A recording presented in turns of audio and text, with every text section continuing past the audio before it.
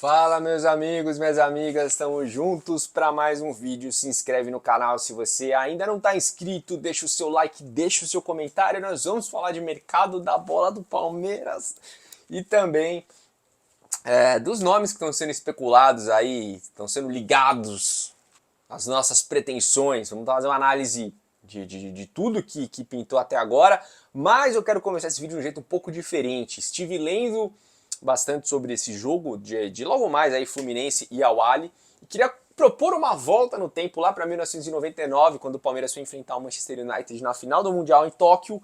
Na época, um dos diretores da Parmalat nessa parceria Palmeiras e Parmalat era o Paulo Sérgio Gioni, que hoje é diretor de futebol lá do Fluminense. Né, e foi justamente por isso, né, lendo uma matéria com ele, que eu estou interligando esses pontos. Voltando lá para 99, o Palmeiras já tinha um time recheado de ótimos jogadores, mas a Europa já estava num processo de se tornar o centro do futebol, buscando os melhores jogadores de tudo quanto era canto. O futebol europeu já vinha se fortalecendo, hoje a distância aumentou de maneira muito discrepante, mas ela já começava esse processo ali. O Palmeiras deu um calor grande no Manchester, porque, como eu falei, já tinha bons jogadores. Tinha o Marcos, que era um goleiro em ascensão, né? Pouco tempo depois foi campeão com a seleção brasileira. Você tinha o Chique Arce, um dos maiores laterais da história do Palmeiras. Roque Júnior, pouco tempo depois também foi para a Europa, foi para o Milan fazer carreira. Você tinha o Júnior Baiano também, que foi jogador de seleção. Você tinha uma defesa recheada de bons nomes. Você tinha o Júnior também, um baita lateral. César Sampaio e Zinho já eram mais experientes, rodados, inclusive, bastante conhecidos pelo público japonês. O Alex, gênio, injustiçado na seleção. Depois, né, Cruzeiro, Fenerbahçe, um dos maiores ídolos da Turquia. Você tinha o Evair. Então você tinha ótimos nomes ali. Você tinha um time muito qualificado, tanto que a gente, né, merecia ter vencido o Manchester. Só que faltava algo ao Palmeiras. E uma das sacadas, né, dessa dobradinha Palmeiras-Parmalat, Angione, Felipão e tudo mais, foi buscar um nome com experiência europeia. Então o Paulo Sérgio Angione participou disso, inclusive ele teve bastante participação no vestiário do Palmeiras, que ele também era psicólogo, então fez bastante palestra motivacional e tudo mais para os jogadores na preparação para esse jogo. Mas o Palmeiras foi buscar o Faustino Asprilla, que tinha 9 temporadas na Europa, 2 delas sendo no Newcastle. Tanto que no campo, a trupe lá, a nata do Manchester, Roy Keane, Beckham, Giggs, foi lá reverenciar o Asprilla, dar um abraço no Asprilla antes do jogo, porque era um nome conhecido que foi utilizado pelo Palmeiras para quebrar esse gelo, para diminuir a distância entre as duas equipes e trazer essa visão de um jogador com carreira europeia. Então, o Palmeiras, que já tinha um time recheado de ótimos nomes, foi lá buscar um cara que era um elo que faltava para esse jogo, para essa disputa. Então o Palmeiras entendeu, poxa, a gente já tem um time foda, mas tá faltando alguma coisa, tá faltando experiência europeia, vamos lá buscar um cara. Buscou as pilas. Não deu certo, a gente não venceu, mas pô, jogamos bem pra cacete, merecíamos muito ter vencido, botamos o Manchester na roda literalmente, tivemos um gol mal anulado pelo Alex, que poderia ser o gol da virada, né, de repente uma virada dentro do jogo, mas infelizmente não deu certo, só que assim, em relação àquele jogo bate muito mais uma tristeza do que raiva ou qualquer outra coisa do tipo, porque o Palmeiras se preparou muito, já tinha um time muito bom e foi buscar o que faltava. Por que eu comecei com esse paralelo? Porque eu acho que nós vamos entrar em 2024 com carências e nós temos a preparação para o Mundial em 25. Hoje se você pensar que um brasileiro pode ganhar esse Mundial, é surreal, mas cabe a nós fazer o melhor. E qual que é o melhor? Se preparar da melhor forma possível. Então tem uma temporada para esse Mundial que vai ser muito legal e a gente tem carências. E eu já acho que a gente poderia começar a preparar o time olhando justamente para aquela data. Cara, assim, quando a gente olha os nomes que estão sendo especulados, os nomes com mais força até o momento, Cauli e Caio Alexandre. Eu vi muita gente reclamar desses dois nomes. Eu não acho nomes ruins, eu acho que são nomes bons. Por quê? Porque eu acho que cada análise tem que ser individual. Você pensar, o Palmeiras foi campeão brasileiro, agora vai buscar um jogador do Bahia que quase caiu, do Fortaleza que ficou lá embaixo. Mas cara, peraí, são dois destaques do futebol brasileiro. E quando a gente olha para o nosso elenco, chegou o camisa 5 que a gente tanto esperou, que é o Aníbal Moreno. Se vai dar certo ou não, a gente não sabe, mas é a contratação que a gente esperou por muito tempo. Quem é o parceiro do Aníbal? Zé Rafael. O Zé Rafael para mim hoje é o melhor volante do Brasil. Eu acredito que você pense o mesmo. Se você não considera o Zé o melhor, você deve estar aí no top 3, com certeza, né? ninguém tira o posto do Zé Rafael. Então a gente imagina que o Aníbal chegue para ser o 5 e o Zé volte a ser 8. E aí quem você tem no banco? O Richard Rios, que foi titular essa temporada e é um ótimo nome. Gabriel Menino, que oscila pra caramba, mas foi titular durante um período nessa temporada também. Então você já tá meio que qualificando, porque os seus titulares esse ano estão sendo reservas já. E aí você tem o Fabinho, que ganhou mais espaço nessa reta final, o Jailson já vazou, o Atuesta eu espero que vaze. E se você ainda tiver o complemento de... Complemento é foda. Se você tiver o complemento de Caio Alexandre e Cauli, eu não acho que é ruim. Você sei lá, ainda se livra do Atuesta, sei lá, empresta o Fabinho de repente. Eu acho que você qualifica sim o setor.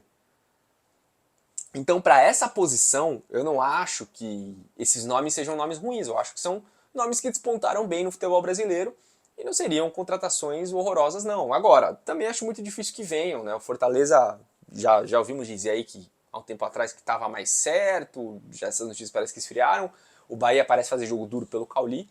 Então, eu nem sei se esses caras vêm ou não, mas esses dois nomes eu não acho que são ruins. Agora, quando eu olho pro elenco, nós temos 3 carências. Um meia, para jogar junto ou ser alternativa ao Veiga, um atacante, porque a gente vai perder o Hendrick, e quem sabe um ponta também, ainda mais se a gente vender o Arthur, eu acho que essa questão do ponta fica em aberto aí, acho que é interessante olhar para essa contratação, talvez não com uma prioridade tão grande quanto as outras, mas acho que seria interessante. E aí, cara, dentro dessas carências que a gente tem, aí eu acho que tem que ser nome diferente, aí eu acho que tem que ser nome assertivo, tem que ser contratação pronta, tem que ser cara que venha e que não te deixe dúvidas. Quer dizer, o que te deixa o mínimo de dúvidas possíveis. A gente nunca pode cravar se uma contratação vai dar certo ou não, mas, por exemplo, você traz o Tabata, é diferente de você trazer, sei lá, vai, o De La Cruz. Vamos pegar o Flamengo aí como exemplo. Não acho tá, que o De La Cruz esteja no seu auge. Fez um bom campeonato argentino, sim. Mas, sei, acho que nem o River tá no seu auge, perto do que a gente já viu ultimamente. Mas é um bom nome, não tem como negar isso. Jogador, né, de seleção uruguaia aí, já parceiro do Arrascaeta, é um cara que vem trazer um acréscimo de qualidade muito grande pro Flamengo. Então, não tem como você dizer que é uma contratação ruim. Eu acho que o Palmeiras, pensando no seu meio campo e pensando no seu ataque, tem que buscar esse tipo de contratação. Aí se eu ouvir falar de Caio Jorge, cara, eu não sei se o Palmeiras quer o Caio Jorge ou não. Tem muita notícia que sai que o Palmeiras nem tá no meio da negociação, mas o nome pinta ali, ou talvez o jogador é oferecido, e a mídia já faz, né? Olha, o Palmeiras atrás do Caio Jorge e tal.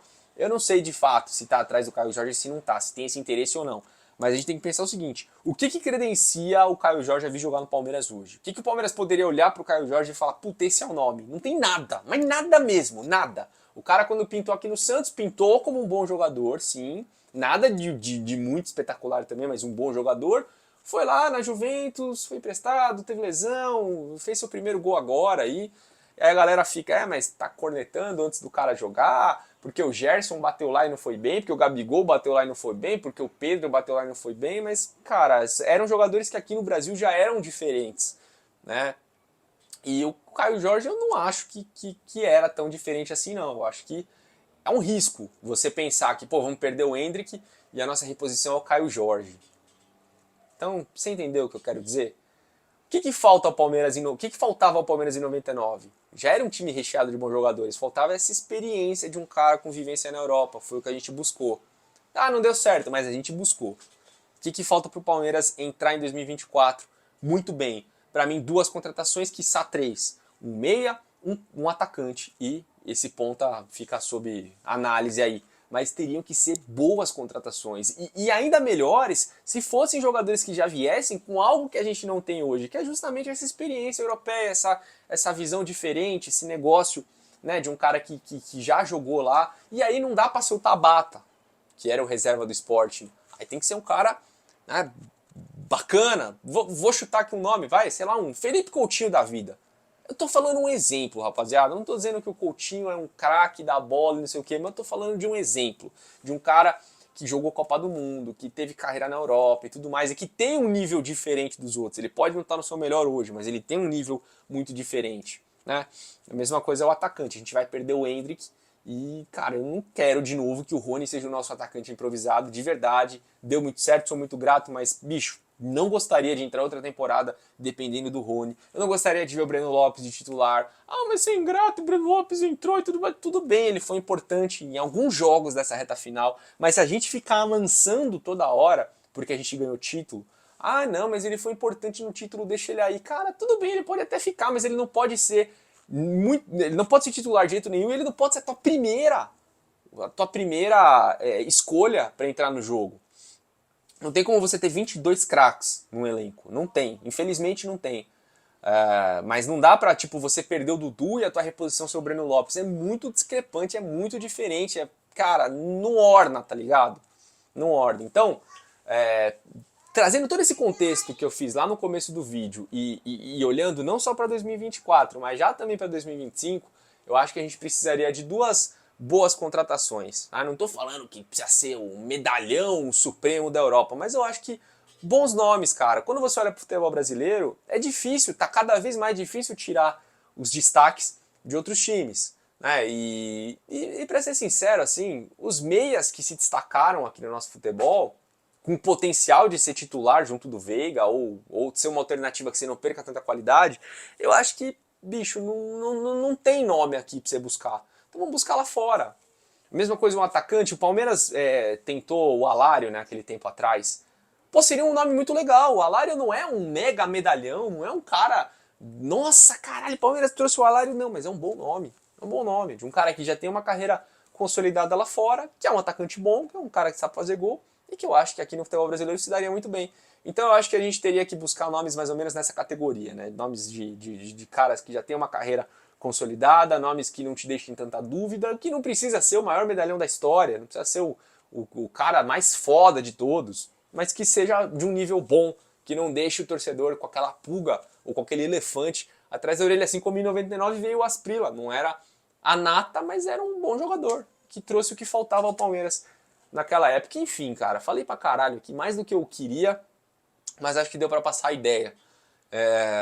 Quero saber o que você pensa a respeito disso, deixa aqui nos comentários, tamo junto, um abraço, até a próxima, valeu e fui.